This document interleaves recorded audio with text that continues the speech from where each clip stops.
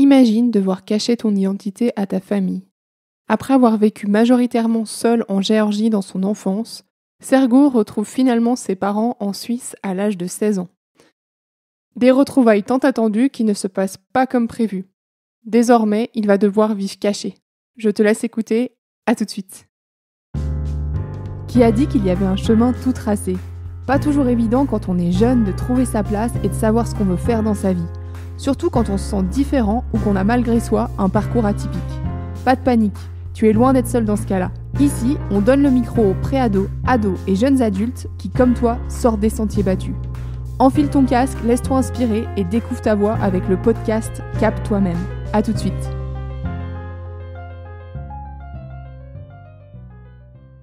Alors, salut Sergo. Salut Marine.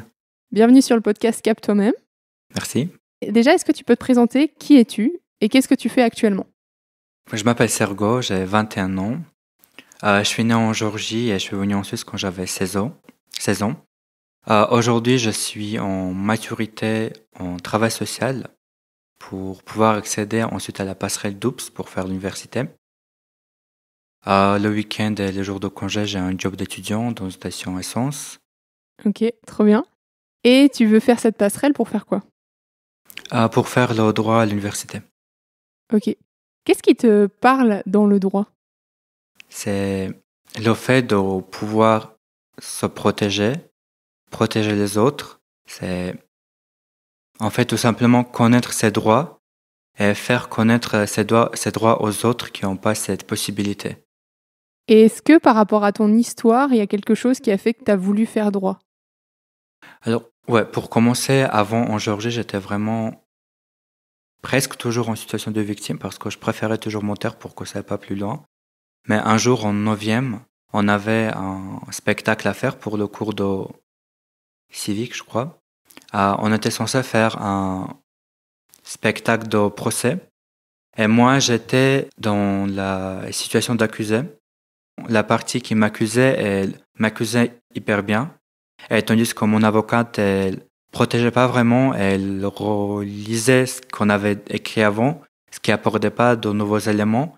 À un moment, je me suis dit, bon, je vais me protéger moi-même parce que c'est là où j'ai senti ce que c'est de se protéger et donc à quel point ça fait du bien.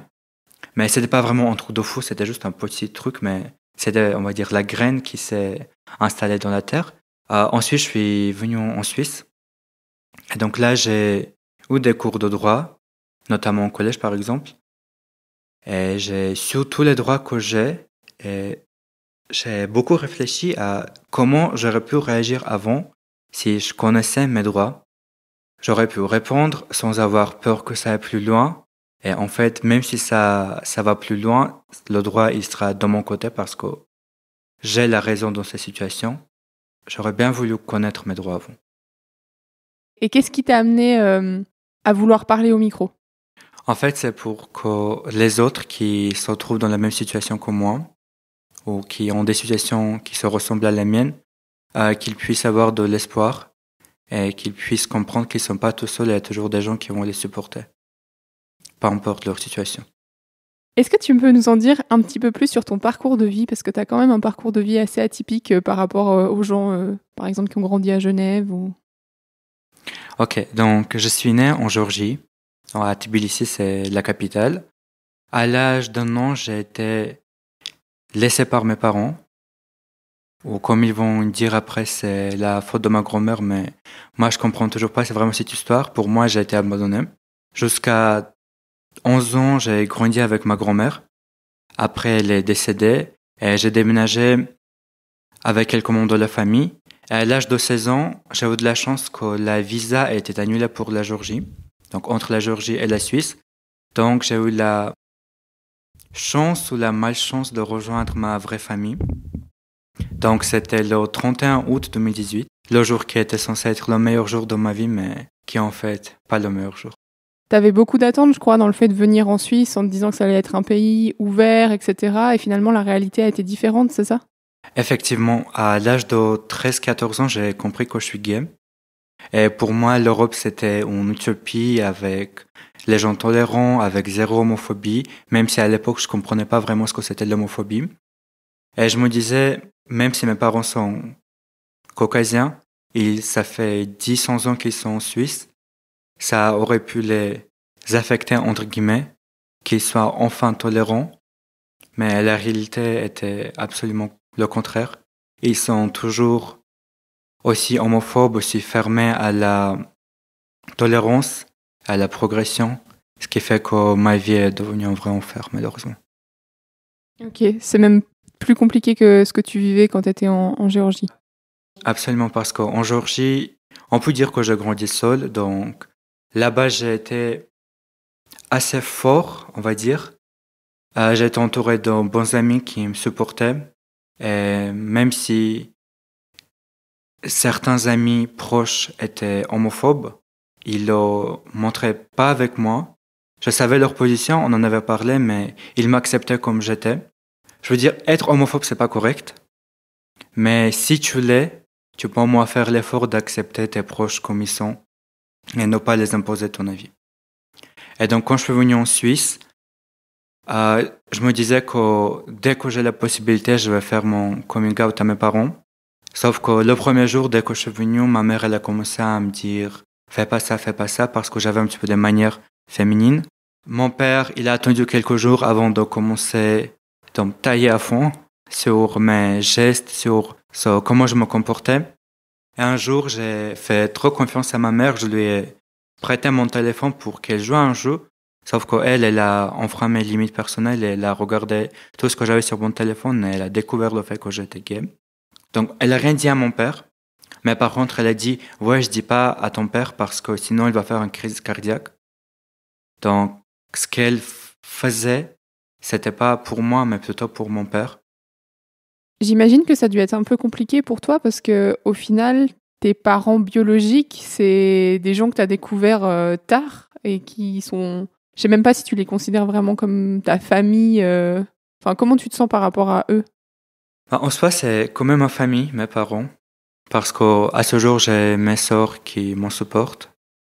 Et mon grand frère aussi. J'ai envie qu'au futur, je puisse dire que c'est ma mère avec de la fierté. Et sincèrement, si mon père, je peux jamais considérer comme mon père avec de la fierté, ça me dérangerait pas vraiment. Mais je sens que j'ai un lien avec ma mère. Et c'est pour ça que je rêve qu'un jour elle puisse m'accepter comme je suis. Qu'elle fasse plus de remarques, qu'elle pense plus à ça et qu'on puisse vivre tranquillement.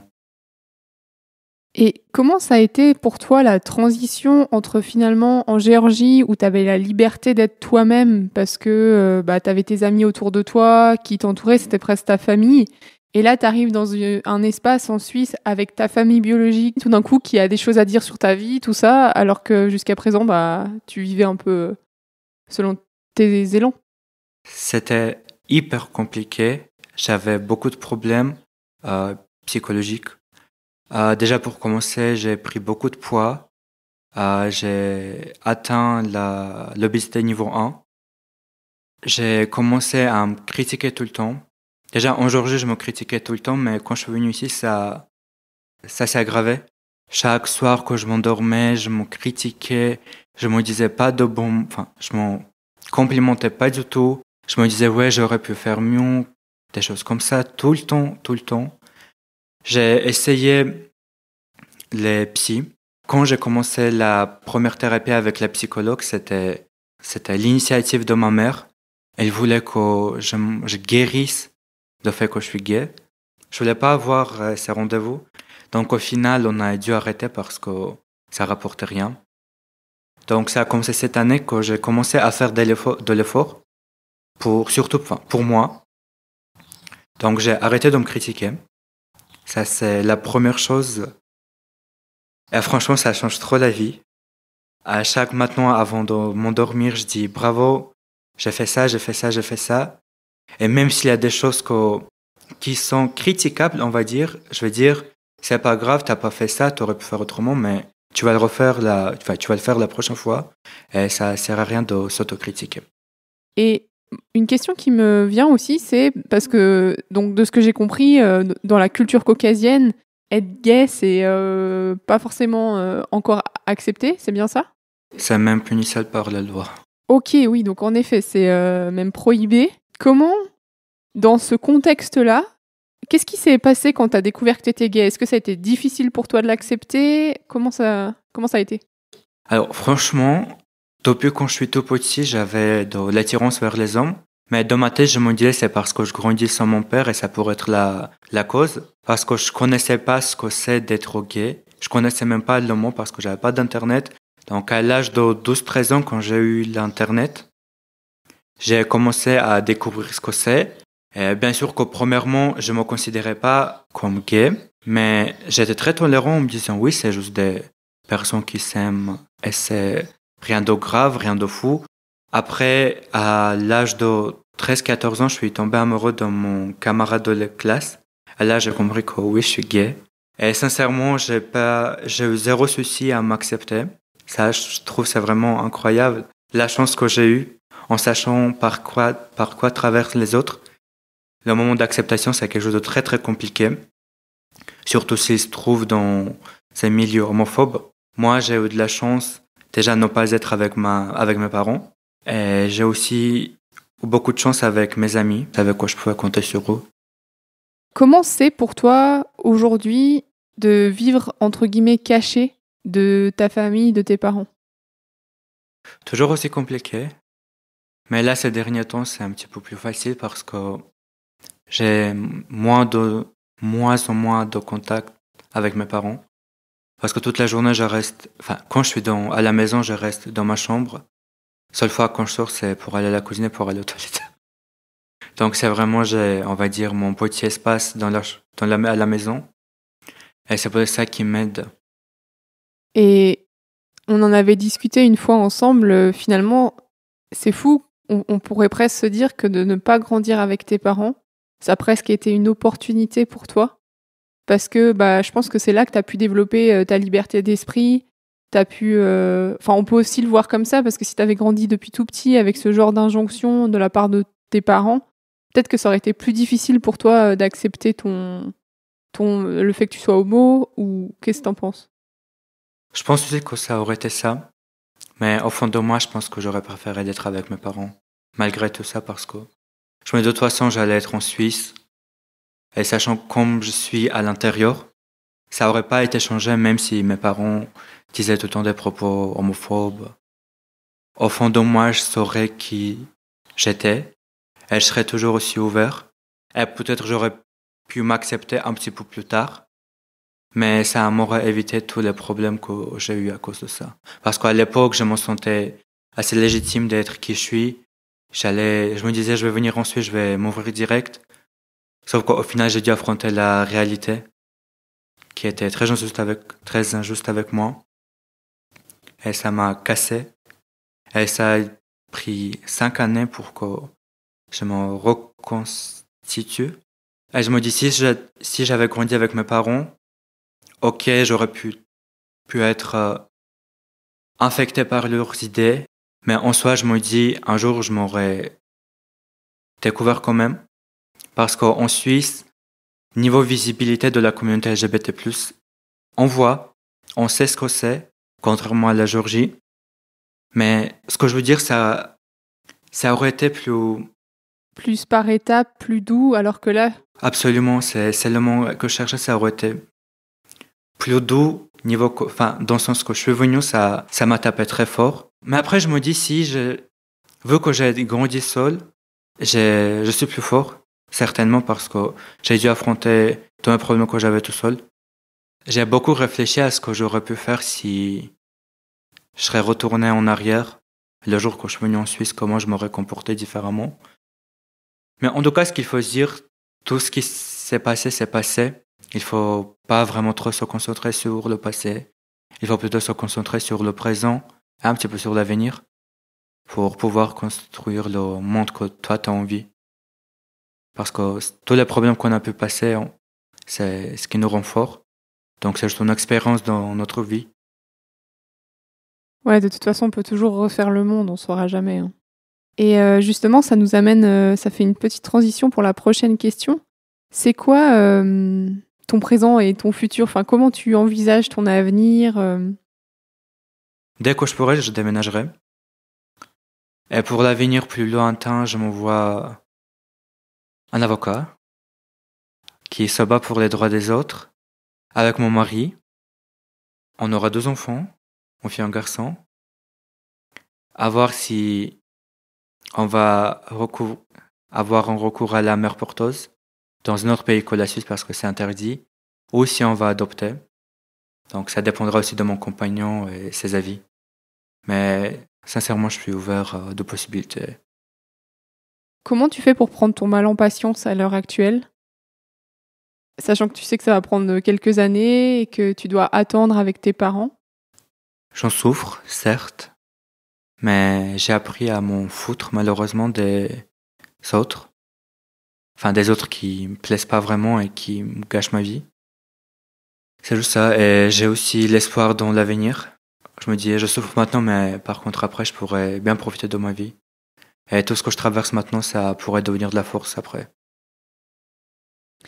Et juste, je fais un petit mot pour honorer ce que tu fais, Sergo, parce que quand on a échangé un petit peu avant, il y avait même une question d'anonymat. Est-ce que tu gardais l'anonymat ou pas? Parce que mine de rien, pour toi, il y a des gros enjeux dans le fait de venir au micro, parler de ton histoire, au vu de ton contexte. Donc déjà, un grand bravo pour ce courage et pour... Et ça fait vraiment peur, mais après, je me dis que dans l'entourage de ma famille, il n'y a pas beaucoup de personnes qui ont Spotify.